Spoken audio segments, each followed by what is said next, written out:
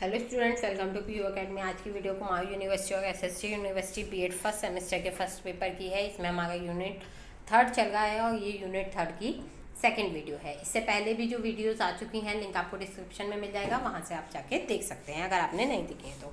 चलिए आज का हमारा जो टॉपिक है वो स्टार्ट करते हैं। हमारा टॉपिक है आज का सोशल फाउंडेशंस ऑफ एजुकेशन, मतलब शिक्षा के समाजशास्त्रीय आधार। ठीक है, तो चलिए बिना टाइम वेस्ट किए अपना टॉपिक स्टार्ट करते हैं। उससे पहले अगर आप चैनल पर नए हैं तो जल्दी से चैनल को सब्सक्राइब कर लीजिए, साथ ही नोटिफिकेशन बेल को प्रेस कर दीजिएगा जिससे आने वाली वीडियोस की नोटिफिकेशन आपको मिलती रहे। तो चलिए स्टार्ट करते हैं। तो देखिए सबसे पहला जो हमारा टॉपिक है इसमें वो है शिक्षा और समाज का पारस्परिक संबंध। ठीक है, तो यहाँ पर हम जानेंगे कि शिक्षा और समाज एक दूसरे से किस प्रकार संबंधित है। इससे पहले हमने शैक्षिक समाजशास्त्र के बारे में पढ़ा था। अब यहाँ पे हम शिक्षा और समाज के बारे में जानेंगे कि वो किस प्रकार एक दूसरे से संबंधित हैं, क्या क्या विशेषताएं हैं वगैरह वगैरह। हम इसमें बहुत सारी चीज़ें जानेंगे। ठीक है, तो चलिए स्टार्ट करते हैं। तो सबसे पहले देखिए, समाज व्यक्तियों का समूह है। ये समूह परस्पर आपसी संबंध से बंधा हुआ है। समाज की इकाई व्यक्ति है और व्यक्तियों से ही समाज बना है। शिक्षा व्यक्तियों को शिक्षित करती है, व्यक्ति को समाज के योग्य बनाती है। शिक्षित व्यक्ति मिलकर सभ्य समाज का निर्माण करते हैं। इस तरह शिक्षा समाज को सभ्य और विकसित बनाती है, व्यक्ति को उच्च स्थान पर ले जाती है। इससे समाज भी उच्च पद को प्रदान करता है। तो यहाँ पे हमें ये बताया गया है कि यदि शिक्षा ना हो तो समाज पूरी तरह से सभ्य और विकसित नहीं हो सकता है। नेक्स्ट देखिए, शिक्षा को सामाजिक प्रक्रिया भी कहा जाता है। आप चाहे शिक्षा के संकुचित अर्थ को लीजिए चाहे व्यापक अर्थ को, यह सामाजिक प्रक्रिया ही है। शिक्षा प्रत्येक प्रकार से व्यक्ति का विकास करती है और उसे समाज का कुशल सदस्य बनाने का प्रयास करती है। औपचारिक शिक्षा विद्यालय में दी जाती है और विद्यालयों का निर्माण समाज करता है। प्रत्येक समाज का विकास करने के लिए योग्य नागरिकों तथा योग्य सदस्यों की आवश्यकता होती है। विद्यालय शिक्षा के द्वारा इन योग्य नागरिकों तथा योग्य सदस्यों का निर्माण करता है। ये सदस्य समाज की आवश्यकताओं को पूरा करते हैं, समाज की शंकाओं का समाधान करते हैं। विद्यालय बच्चों का शारीरिक, मानसिक, चारित्रिक, नैतिक तथा आध्यात्मिक विकास करके उन्हें समाज के लिए तैयार करता है।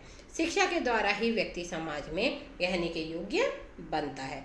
तो यहाँ पे कहना क्या चाहते हैं कि शिक्षा किस तरह से समाज से संबंधित है। जो शिक्षा है वो एक सामाजिक प्रक्रिया है। ठीक है, शिक्षा में कहाँ मिलती है? विद्यालय में। विद्यालय का निर्माण कौन करता है? समाज। ठीक है, तो इस तरह से जो मतलब समाज और शिक्षा है दोनों मिलके एक बच्चे को शारीरिक, मानसिक, चारित्रिक, नैतिक और आध्यात्मिक रूप से तैयार करते हैं। फिर देखिए नेक्स्ट, विद्यालय की शिक्षा समाज की आवश्यकता और समस्याओं से प्रभावित होती है। बालकों को शिक्षा समाज की आवश्यकताओं को ही ध्यान में रखकर दी जाती है। प्रसिद्ध शिक्षा शास्त्री गॉस ने तो समाज के बिना व्यक्तित्व को एक निरर्थक शब्द माना है। शिक्षा यदि व्यक्तित्व का विकास है तो व्यक्तित्व क्या है? अच्छे तथा बुरे व्यक्तित्व की कसौटी क्या है? समाज ही तो है। व्यक्तित्व के निर्माण या विकास का मतलब ही यह हुआ कि समाज के लिए योग्य सदस्य और देश के लिए योग्य नागरिक बनाना। तो देखा जाए तो जो शिक्षा है वो क्या करती है?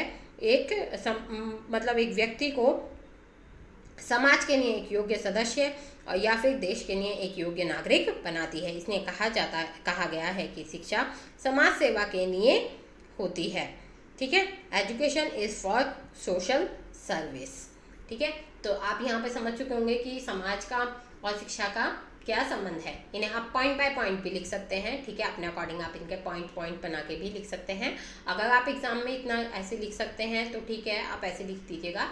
अदरवाइज आप इसके कुछ पॉइंट्स छाट लीजिए और उन पॉइंट्स में डिवाइड करके इन्हें नोट कर लीजिएगा। और साथ ही एग्जाम में भी आप पॉइंट बाय पॉइंट लिख के आइएगा। पॉइंट्स से ज़्यादा अच्छे से आपकी कॉपी जो है वो सुंदर लगती है, साथ ही काफ़ी अच्छा असर पड़ता है एग्जामिनर पे जब वो कॉपी चेक करते हैं कि हाँ भाई बच्चा पढ़ा लिखा है और काफ़ी अच्छे से उसने काम किया है। तो अगर आप पॉइंट्स में लिख सकते हैं तो बहुत अच्छा होगा, पॉइंट्स में लिख दीजिएगा। ठीक है, फिर नेक्स्ट आता है समाजशास्त्रीय प्रवृत्ति से क्या तात्पर्य है। तो देखिए, शिक्षा में समाजशास्त्रीय प्रवृत्ति का अर्थ है शिक्षा में सामाजिकतावाद को अधिक महत्व देना, अर्थात व्यक्ति में सामाजिक गुणों का विकास करना जिससे कि व्यक्ति सामाजिक जीवन के लिए तैयार हो सके और समाज का कल्याण कर सके। इस प्रवृत्ति के परिणाम स्वरूप शिक्षा के क्षेत्र में अर्थात शिक्षा संगठन, शिक्षा प्रबंध, पाठ्य वस्तु, शिक्षण पद्धति आदि में कई परिवर्तन हुए। इस प्रवृत्ति के आधार पर अगस्ट कॉम्टे ने एक विषय की रचना की जिसे उसने समाजशास्त्र की संज्ञा दी थी। ठीक है, तो आपको ये भी समझ आ गया होगा कि इसकी प्रवृत्ति कैसी है। मतलब क्या है कि शिक्षा में जो समाजशास्त्रीय प्रवृत्ति है, इसका काम क्या होता है कि शिक्षा में सामाजिक गुणों का विकास करना, ठीक है, जिससे कि क्या हो, समाज का कल्याण हो और एक व्यक्ति क्या है, सामाजिक जीवन के लिए तैयार हो। ठीक है, उसके अलावा शिक्षा का संगठन, शिक्षा प्रबंधन, पाठ्य वस्तु, शिक्षण पद्धति, इनमें कई तरह के परिवर्तन। ठीक है, फिर नेक्स्ट देखिए समाजशास्त्रीय प्रवृत्ति की विशेषताएं। तो देखिए सबसे पहली विशेषता है कुशल सामाजिक जीवन के लिए तैयार करना। तो देखिए समाजशास्त्र के समर्थकों के अनुसार शिक्षा द्वारा व्यक्ति को कुशल सामाजिक जीवन के लिए तैयार करना है। वे शिक्षा के लिए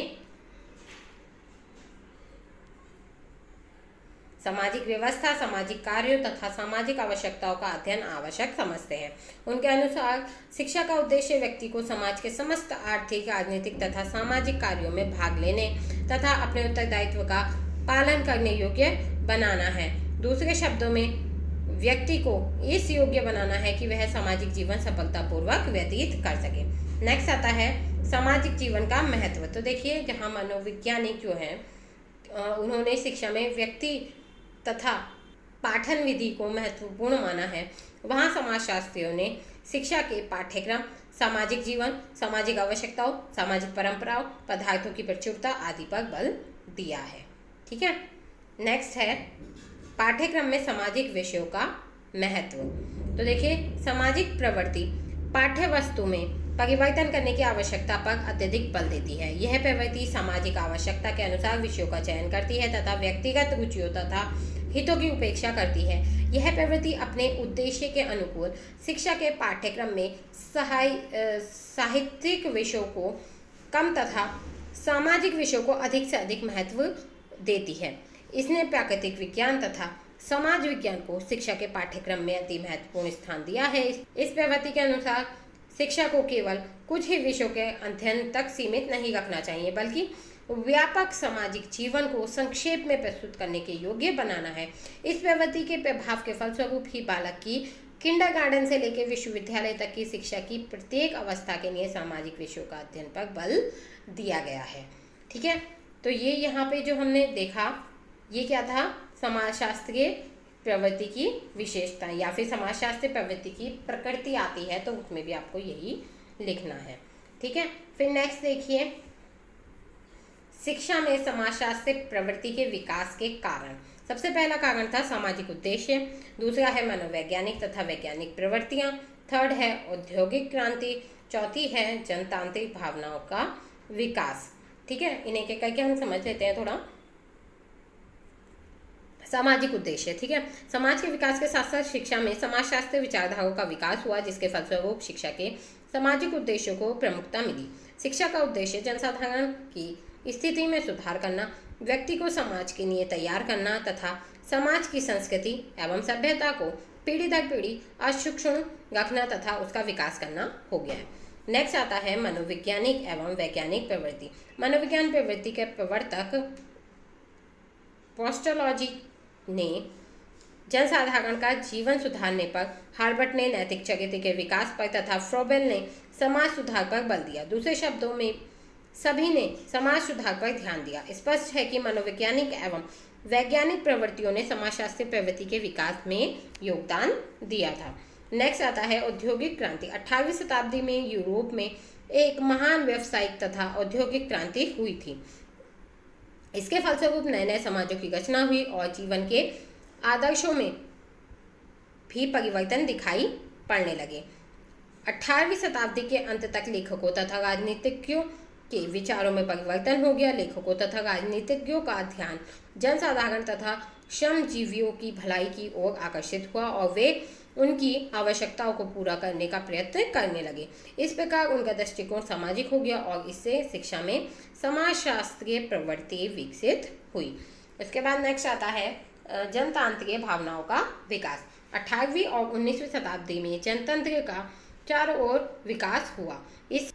इस समय के राजनीतिज्ञों ने अनुभव किया कि प्रजातंत्र के स्थायित्व में जनसाधारण का सहयोग आवश्यक है। यह सहयोग तभी प्राप्त किया जा सकता है जबकि जनसाधारण के रहने का उनकी आवश्यकताओं की पूर्ति का तथा उनके शिक्षा का समुचित प्रबंध किया जाए। राजनीतिज्ञों ने अनुभव किया कि अशिक्षित जनता द्वारा जनतंत्र का सफल संचालन नहीं हो सकता है। अतः जनसाधारण की शिक्षा के विचार ने जोर पकड़ा और शिक्षा में समाजशास्त्रीय लहर प्रबल हो गई। मतलब पूरे समाज को शिक्षित करने के पीछे जो भी राजनेता थे वो लग गए।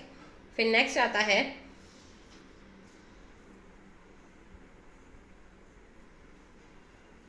समाजशास्त्र की उत्पत्ति। तो देखिए, व्यक्तिवादी धारा की प्रतिक्रिया के फलस्वरूप सामाजिक प्रवृत्तियों को बल मिला और अगस्त कॉम्टे ने समाजशास्त्र नामक नए विषय की रचना की, जिसका उद्देश्य मानव तथा उसके सामाजिक संबंधों का अध्ययन था। इसी समय जॉर्ज पेनी ने समाजशास्त्र का आधार शैक्षिक समाजशास्त्र की रचना की, जिसने समाजशास्त्र के अनुसार शिक्षा के विभिन्न अंगों को निश्चित किया। इससे न केवल सामाजिकतावादी प्रवृत्ति को बल मिला, वर्ण उसकी नींव और भी पक्की हो गई। ठीक है, उसके बाद नेक्स्ट देखिए यहाँ पे शिक्षा के समाजशास्त्रीय आधार से आप क्या समझते हैं। ठीक है, तो इसका आंसर देखते हैं।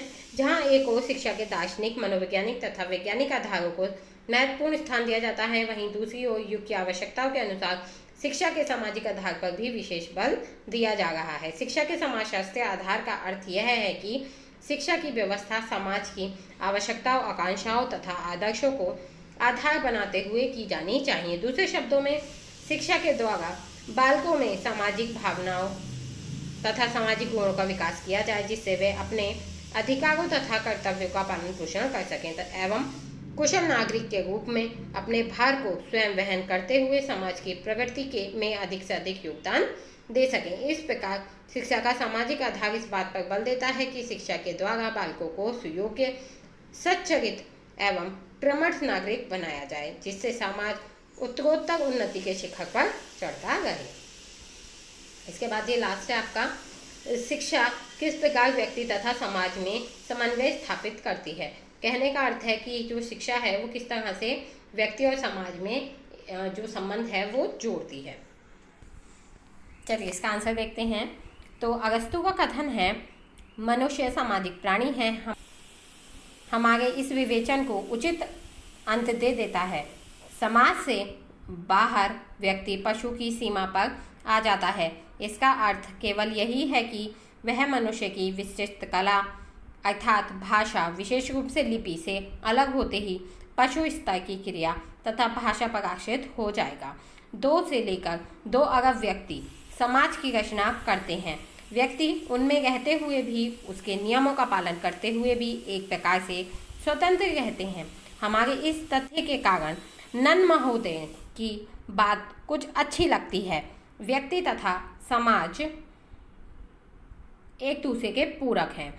शिक्षा इस सत्य से उदासीन नहीं हो सकती। व्यक्ति तथा समाज में उचित समन्वय की बात करते समय हम एक आदर्श राष्ट्र की कल्पना करते हैं, जहां व्यक्ति और समाज एक सूत्र में बंधे हैं, जहां एक का उद्देश्य दूसरे के उद्देश्य में अड़चन न डालता है, जहां दोनों ही एक दूसरे को लाभान्वित करने का सदैव प्रयत्न करते रहते हों। ऐसा समाज व्यक्ति का विरोधी न होकर उसके विकास में सहायक होगा। इसी बात से लगी हुई एक और बात भी है, व्यक्ति समाज को समृद्ध बनाने की क्षमता रखता है, किंतु ऐसे व्यक्ति को आर्थिक दृष्टि से स्वतंत्र होना चाहिए। दूसरा, उसमें समाज के लिए त्याग करने की भावना होनी चाहिए तथा तीसरा, समाज के हित का सदैव ध्यान रखना चाहिए। जो शिक्षा किसी व्यक्ति में उक्त योग्यताएं नहीं उत्पन्न कर सकता, वह शिक्षा अधूरी है। स्कूलों की शिक्षा का आदर्श इन्हीं योग्यताओं का छात्र में विकास करना होना चाहिए। ठीक है, तो इसी के साथ यहाँ पे देखिए हमने शिक्षा किस प्रकार व्यक्ति और समाज से संबंधित होती है ये भी हमने जान लिया है। ठीक है, तो आई होप वीडियो आपको अच्छी लगी होगी और आपके लिए हेल्पफुल रही होगी। और बाकी कोई भी कन्फ्यूजन होती है इससे रिलेटेड, कोई भी आपको क्वेश्चन पूछना है, कुछ भी आपकी समझ में नहीं आया, तो आप कमेंट बॉक्स में कमेंट करके पूछ सकते हैं। साथ ही वीडियो को लाइक करें, शेयर करें और चैनल को सब्सक्राइब करना ना भूलें। Thanks for watching.